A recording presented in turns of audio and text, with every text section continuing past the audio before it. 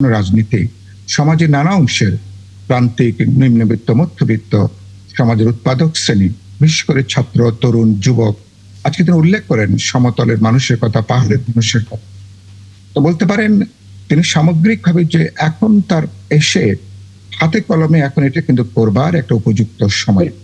তার জন্য প্রথম চ্যালেঞ্জ হচ্ছে আগামী মধ্য ফেব্রুয়ারি যে জাতীয় নির্বাচন, গণভোট, সেখানে দলকে নেতৃত্ব দেবেন এবং আমাদের যেটুকু বৈরিতা আছে, রাজনৈতিক প্রতিযোগিতা থাকবে, কিন্তু প্রতিযোগিতা কোনোভাবে যাতে প্রতিহিংসায় পর্যবেসিত না হয়। আমার মনে হয় তার আজকে রাজনৈতিক বক্তব্যের মধ্য দিয়ে রাজনৈতিক দলগুলোর মধ্যে একটা রাজনৈতিক সংস্কৃতি, যে আমরা ভিন্নমত থাকার পরও একসঙ্গে চলতে পারি, একসঙ্গে হাঁটতে পারি, দেশকে নিয়ে, দেশের গণতান্ত্রিক অভিযাত্রা নিয়ে কাজ করতে পারি, এই কথাটা তার বক্তব্যের মধ্য দিয়ে তিনি বারবার করে কথাটা উল্লেখ করেছেন। পরবর্তী আমি মনে করি চ্যালেঞ্জ যেটা খুব গুরুত্বপূর্ণ, সবাইকে আস্থার মধ্যে নিয়ে কাজ করতে পারা।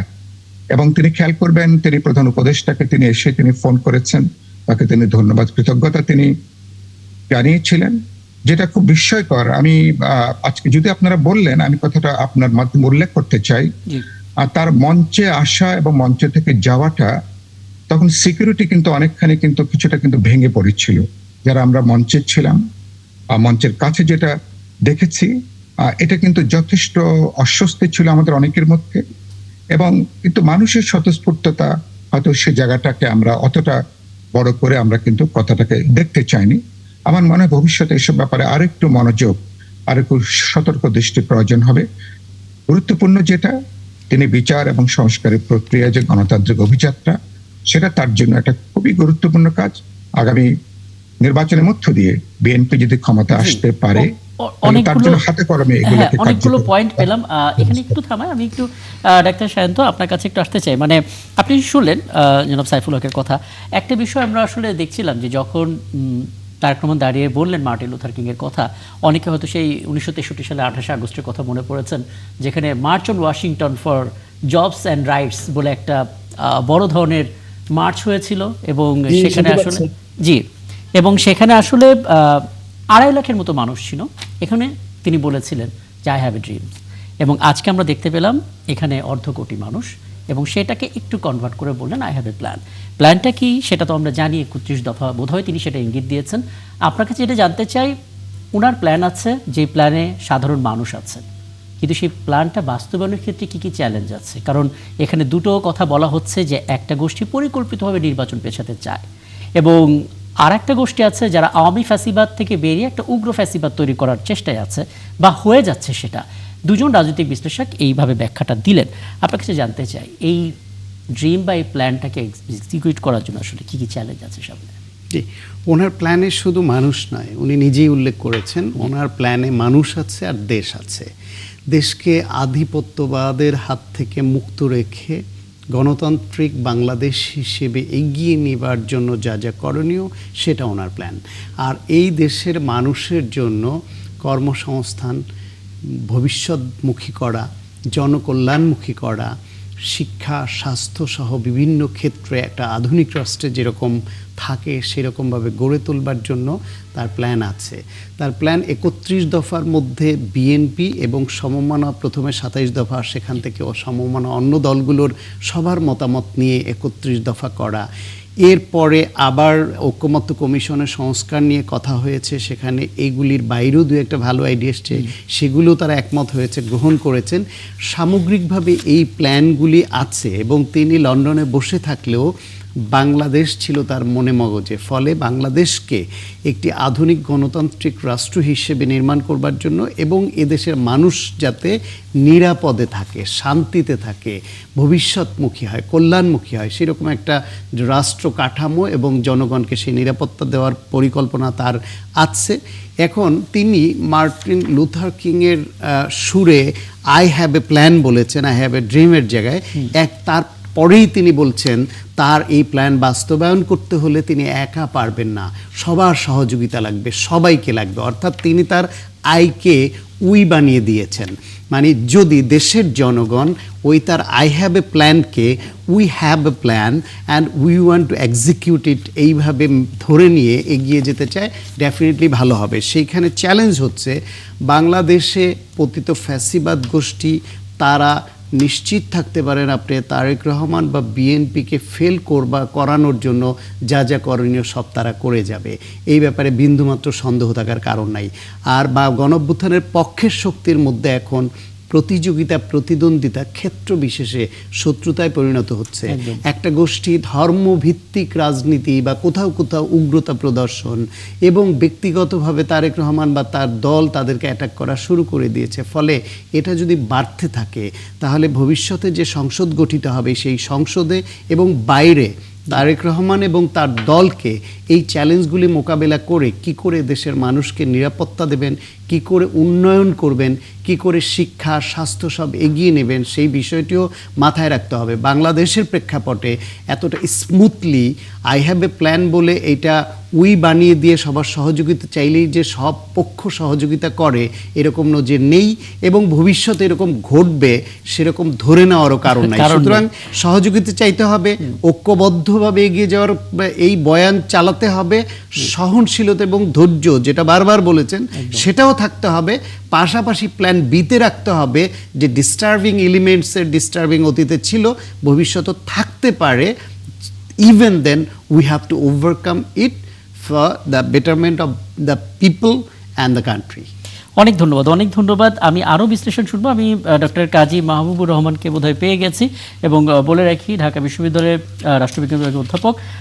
ডক্টর কাজী মাহবুবুর রহমান, আপনার কাছে একটা বিষয় একটু জানতে চাই। মানে তারেক রহমানের দেশে আসাটা বলা হচ্ছে শুধু স্বদেশ প্রত্যাবর্তন নয়, এটা রাজনীতির একটা নতুন অধ্যায় বটে। কারণ এরকম ইতিহাস আসলে বাংলাদেশ না, গোটা বিশ্বে আসলে বিরল যে একজন নেতা দীর্ঘ সময় নির্বাসনে আছেন, কিন্তু দলের সাথে সংযুক্ত আছেন, দেশের সাথে সংযুক্ত আছেন এবং নেতৃত্ব দিয়ে গেছেন, এরপর বিরচিত প্রত্যাবর্তন করেছেন। এমন গল্পটা আসলে খুব বেশি নেই। হয়তো নেলসন ম্যান্ডেলার কথা আমরা বলতে পারি, বা হাতে গোনা কয়েকজন নেতার কথা আমরা বলতে পারি। আমি আপনার কাছে যেটা জানতে চাই, তারেক রহমান আজকে তার বক্তব্যে বলেছেন শান্তি প্রয়োজন, শৃঙ্খলা বজায় রাখতে হবে এবং ধৈর্য ধারণ করতে হবে। আমরা এটা নিঃসন্দেহে একটা বড় ধরনের সমাধান, সেটা বিশ্বাসও করি বটে।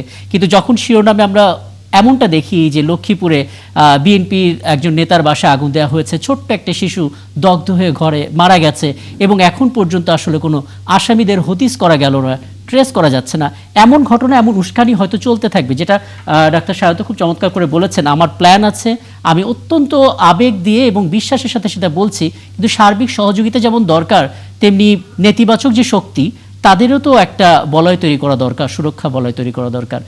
কি বলবেন আসলে?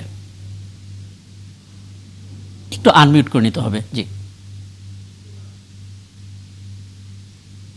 আপনাকে অসংখ্য ধন্যবাদ। আসলে আজকের এই বক্তৃতাটা, আজকের যে স্পিচটা, এটা বিভিন্ন কারণ ডিফারেন্ট, আপনারা অনেকেই আলোচনা তুলে ধরেছেন, এবং যে সকল কম্প্যারিজন করা যায় এবং যে জায়গা থেকে আই হ্যাভ এ প্ল্যান আসছে সেই আলাপ অলরেডি হয়েছে। আমরা যে জায়গা থেকে দেখছি সেটা হলো যে দলের অভ্যন্তরীণ চ্যালেঞ্জ, অথবা দল বাংলাদেশে একটা বড় দল হিসেবে তার যে নেতৃত্বের জায়গা, সেই জায়গা থেকে বাংলাদেশে উনি কিভাবে পিস এবং সেফটি নিয়ে আসবেন, এই আলাপটাই আসলে সামনে আসছে আপনার এই কথার মাধ্যমে। এখন যেটা উনি বলেছেন আই হ্যাভ এ প্ল্যান, এই প্ল্যানটা কিন্তু জাস্ট একটা ইন্সপিরেশনটা তৈরি করেছেন জাতির মধ্যে। আজকে যেহেতু একটা হিস্ট্রিক মোমেন্ট, এই মোমেন্টের কারণে এই ইন্সপিরেশনটা তৈরি করেছেন, এবং এইটা আসলে জাতিকে উদ্বুদ্ধ করা।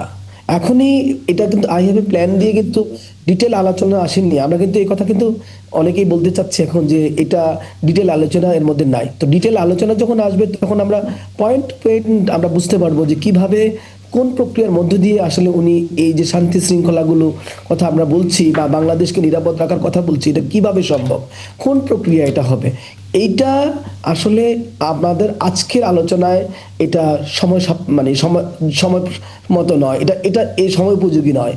আমাদের মনে হচ্ছে যে আমরা আরেকটু অপেক্ষা করি। আমার কাছে মনে হচ্ছে, আমি আপনাদের গত প্রোগ্রামে 13 তারিখ যেদিন ঘোষণাটা হলো উনি আসবেন, সেদিন কিন্তু বলেছিলাম আমার মনে হচ্ছে, আমি নিশ্চিত মনে হচ্ছে যে ওনার কাছে প্যাকেজ আছে। আমি আসলে প্যাকেজ কথাটা উল্লেখ করেছি, ওই প্যাকেজটাকে আজকের এইরকম এত বিরাট সমাবেশে বক্তব্য দেওয়ার সময় উনি যে এই প্যাকেজ উত্থাপন করার সময় না, বিধায় উনি আই হ্যাভ এ প্ল্যান দিয়ে একটা স্ট্রোক দিয়েছেন। আমি দেখলাম একটা স্ট্রোক দিয়েছেন, এবং এই স্ট্রোক ভবিষ্যৎটা আসলে ইন্সপায়ার করছেন পিপলকে। এখন ধীরে ধীরে সামনে ম্যানিফেস্টো আছে, সামনে ইলেকশনে বিভিন্ন এলাকায় উনি সফরে যাবেন, তাকে অনেক কথা বলতে হবে।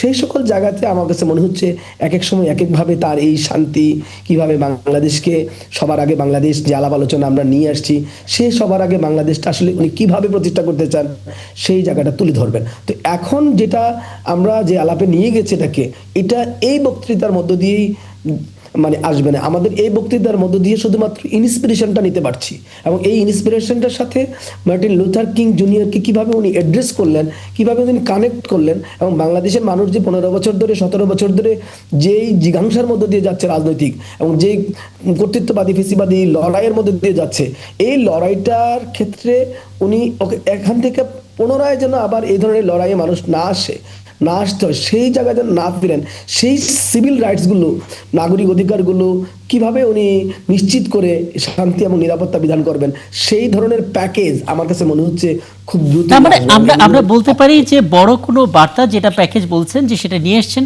সেটা হয়তো দিন যত যাবে আরো আমরা স্পষ্ট করে জানতে পারবো, কিন্তু আজকে একটা সামারি বা একটা ধারণা আমরা পেলাম, যেটা নিয়ে হয়তো আলোচনা করার সুযোগ হলো। এবং একটা তো সামারি না, ইন্সপিরেশনটা পেলাম, আমরা একটা উৎসাহ প্রেরণা পেলাম। ওই যে আমাদের একজন আলোচক বললেন যে আমাদেরকে কিন্তু করতে হবে। আপনি দেখবেন, ইভেন আপনি কেনেডির ক্ষেত্রেও দেখবেন, আপনি কিন্তু অনেক সময় ওনার স্টেটমেন্টেও কিন্তু এই ধরনের আলাপ আলোচনা থাকতো, যেখানে মানে পুরো জাতিকে ঐক্যবদ্ধ করে কিভাবে মানে জাতিকে সামনে এগিয়ে নিয়ে যাওয়া যায় সেই ধরনের পরিকল্পনা উত্থাপন। তো এই ধরনের পরিকল্পনার ক্ষেত্রে এটা স্ট্রোক দেওয়াটা ইম্পর্টেন্ট, স্পিচে স্ট্রোক দেওয়া, এবং আজকে কিন্তু স্টেটসম্যান আকারে আবির্ভূত হয়েছেন। এবং এটা আসলে আমরা মানে বিভিন্ন সমালোচনা কেউ করলেও আমার কাছে মনে হচ্ছে ন্যূনতম পক্ষে এটা বলা উচিত যে আজকের বক্তৃতার মধ্যে ওনাকে একটা স্টেটসম্যানশিপ দেখা যাচ্ছে, এবং এই স্টেটসম্যানশিপটা একদম পরিষ্কার। হ্যাঁ, আমি আজকের বক্তৃতার মানে মূল জায়গা। আরেকটা বিষয় আপনার কাছে জানবো, তার আগে প্রেক্ষাপটটা বলি। আজকে সোশ্যাল মিডিয়াতে তারেক রহমানের বক্তব্যের পর এবং দিন ভর যা হয়েছে সবকিছু নিয়ে নানা রকমের বক্তব্য মানুষ করেন, এবং বোঝাই যায় যে তারা তো আসলে ভোটার, তারা আসলে এই সময়টাতে নানা সমীকরণ মেলাবেন। অনেকে এই জিনিসটা জানতে চাইছেন, যেটা আমি ব্যারিস্টার মাহমুদুল খোকন সরাসরি আপনার কাছে একটু জানতে চাই। যেহেতু তারেক রহমানের তার বক্তব্য এবং তার পার্সোনালিটি, তার যেভাবে সবাইকে এক ছাতার নিচে আনার যে চেষ্টা, সেটাতে হয়তো অনেকেই মুগ্ধ হয়েছেন, এবং সেক্ষেত্রে ভোটের আগে জোটের রাজনীতি যেটা আমরা দেখি যে বিভিন্ন দল জোট তৈরি করছে, আমরা কি আসলে বিএনপির জোটের মধ্যে নতুন কোনো নাটকীয়তা দেখব কিনা, এমন কোনো দল সেখানে যুক্ত হতে পারেন কিনা, যেটা আমাদের সিলেবাসে বাইরে ছিল যে তারা জোট করে ফেললো বিএনপির সঙ্গে? মানে অনেকের অনেক ধরনের জানতে চাওয়া, কোনো ধারণা কি দেওয়ার সময় আছে বা সময়টা এসেছে এখন? একটু যদি আনমিউট করে নিতেন আমাদের খোকন। আমার কাছে এই মুহূর্তে ডেফিনেট কোনো ইনফরমেশন নাই, জি, তবে যেভাবে চিন্তা করছেন এটা বড় ধরনের কোনো জোর মনে হচ্ছে আর কোনো আমি দেখছি না। হয়তো প্রার্থী ব্যাপার দুই একজন প্রার্থী ব্যাপার এদিকে সেদিকে হতে পারে, সেটা আর কথা, বা দুই একজন এইসব ব্যাপার হতে পারে। আমি মনে করি না মানে কোনো এটার কোনো মৌলিক কোনো জোটের মৌলিক কোনো ধারণার পরিবর্তন হলে আমি মনে করি না। আমার কাছে ইনফরমেশন আমি মনে করি না। আর উনি যেটা বলতে চাই, উনি আজকে শুধু উনি হেডলাইনটা বললেন, কিন্তু উনি কিন্তু এই ড্রিমটা কিন্তু ওনার, আমি 23 সাল থেকে যে উনি সংস্কারের প্রস্তাব দিয়েছেন 31 দফা কর্মসূচি, সেখানে কিন্তু অনেক গুণ আপনি পাবেন, এবং সেই ড্রিমটা কিন্তু বলে যাচ্ছেন দীর্ঘদিন থেকে, 23 সাল থেকে বলে যাচ্ছেন, সেই রেডিক্যাল চেঞ্জের কথা বলছেন। আজকে কিন্তু সেটা উনি দেশবাসীর সামনে স্পষ্ট করে দিলেন, এবং এটা আজকের এই সময়, আজকের এই মানে 1.5 কোটির বেশি মানুষ উপস্থিত হয়ে কিন্তু, আর কোটি কোটি মানুষ সারা দেশ থেকে, টেলিভিশন থেকে, সামাজিক যোগাযোগ দেখে মানুষ আস্থাতে প্রমাণ করে এটা। কিন্তু এটা এই আস্থার মাধ্যমে কিন্তু জাতি তার একটা গুরু দায়িত্ব, এটা কমিটমেন্ট চলে গেছে। এবং ওনার কিন্তু ওনাকে ডেফিনেটলি আজকের তার জনগণের উপস্থিতি তাকে আত্মবিশ্বাস যোগাবে, সাহস যোগাবে আগানোর জন্য, সামনের দিকে আগানোর জন্য, তার ডিম বাস্তবায়ন করার জন্য। কিন্তু ডিম কিন্তু বাস্তবায়ন করতে হবে, এবং এটা পাবলিকলি মানুষ দেখতে চাবে, এবং সেটা দেখতে বাস্তবে দেখতে চাবে। খুব বাংলার মানুষ কিন্তু বেশি দিন অপেক্ষা করে যে দীর্ঘমেয়াদী পরিকল্পনায় 31 বছর, 31 সাল, 41 সাল ওইসব পরিবর্তন মানুষ বিশ্বাস করে না। মানুষ দেখতে চায় মোটামুটি অ্যাটলিস্ট বাস্তবতা শুরু করতে হবে। এবং এটা কিন্তু এটা এটা গুরু অনেক বিশাল দায়িত্ব দিয়ে তাদেরকে দিয়ে দিচ্ছেন, তার এই আজকের এই বুঝছি মানুষ সমর্থন দিয়ে। তাই মনে করি আর উনি তো জাতীয় শান্তি বারবার শান্তি চাই, শান্তি চাই।